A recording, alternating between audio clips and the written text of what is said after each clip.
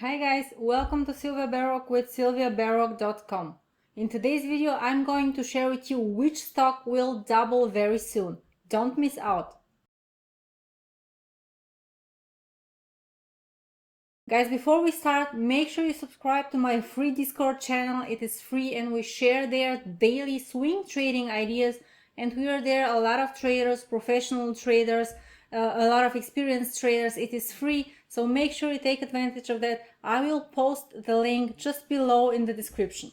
Now let's start right away and see which stock I'm talking about and why do I like it so much. Fluent Inc. provides data-driven performance marketing services.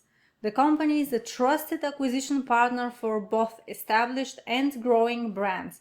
It creates marketing programs which deliver better digital advertising experiences for consumers and measurable results for advertisers. If we click here on the website of the company, we see here that Fluent is doing marketing for growing and established businesses. They're doing registration-based data, target prices, audience segments built one-on-one with data that is never modeled or inferred. They're doing incremental research, real addressability, and so on. So they're into that marketing business, and I want to share with you some of the fundamentals of the company, and of course, most importantly, the chart and why do I like this stock. Now let's go ahead and see first the profitability of the company. FLNT return on assets of 0.98 is amongst the best of the industry, and FLNT does better than the industry average.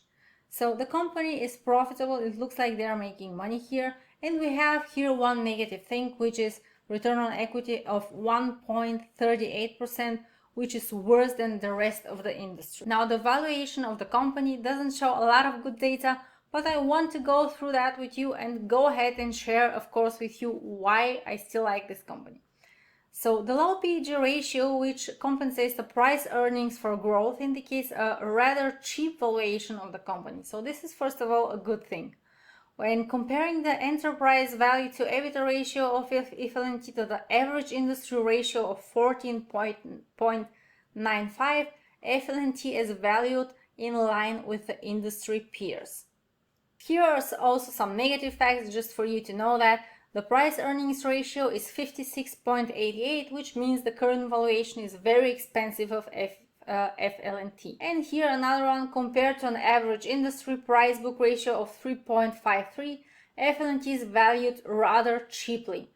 On top of this, FLNT is cheaper than 83% of the companies listed in the same industry. So this is a good thing, guys. The valuation is not the best here, but we have some good data here. And if I scroll down, I go to, for me, the most important part, and this is growth. As some of you already know, I focus a lot on growth companies. I want to see growing earnings per share over the past quarters, past years. I want to see increasing shares.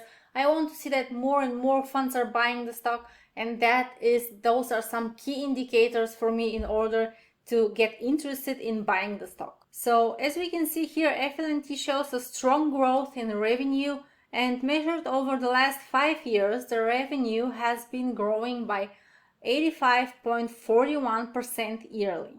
And also, FLNT is expected to show a strong growth in earnings per share in the coming 2 years. The earnings per share will grow by 343.75% yearly. So this is huge, guys. And because the stock is not too expensive, I do expect to see a lot of increasement in the price. And I'm going to share the chart with you right now, and you will see why I do like this stock. As some of you already might know, guys, I use technical and fundamental analysis. We check some key factors and some KPIs of the company. We know what the company is doing. We know where it is based. And now after I see that this company has some potential for growth, I'm going to check the chart, because for me, the chart is the most important thing. Where and when do I want to enter the stock, and where do I plan to exit the stock? Now, as you can see on this chart here, we have an uptrending chart with higher highs and higher lows. So I'm going to draw that for you. If you guys are not familiar with technical analysis, I'm always looking for important support areas, and this is where I start buying the stock. And of course, I know where exactly my stop will be and where do I want to get out of the stock if the setup doesn't work. Of course, I'm looking also for some resistance areas in order to know when do I want to exit the stock and where can I take profits. So those are some very important keys for me before I enter a stock, and that's why this is, like I mentioned, for me the most important thing before I start trading a stock, to know what the chart looks like. Do I have some potential?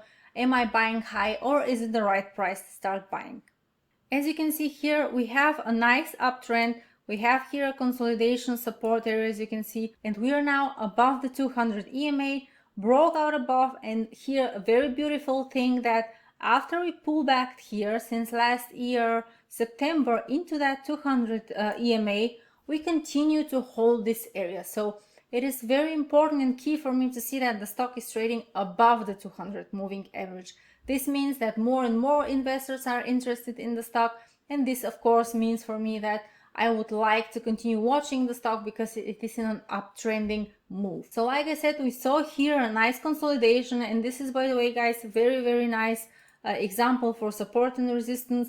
After we broke out, we came back into that area, tested this area. Now this is a support area, and like I mentioned, also the 200 EMA, so even bigger support area for me and more important with the 200 EMA, and we are holding very nice this area.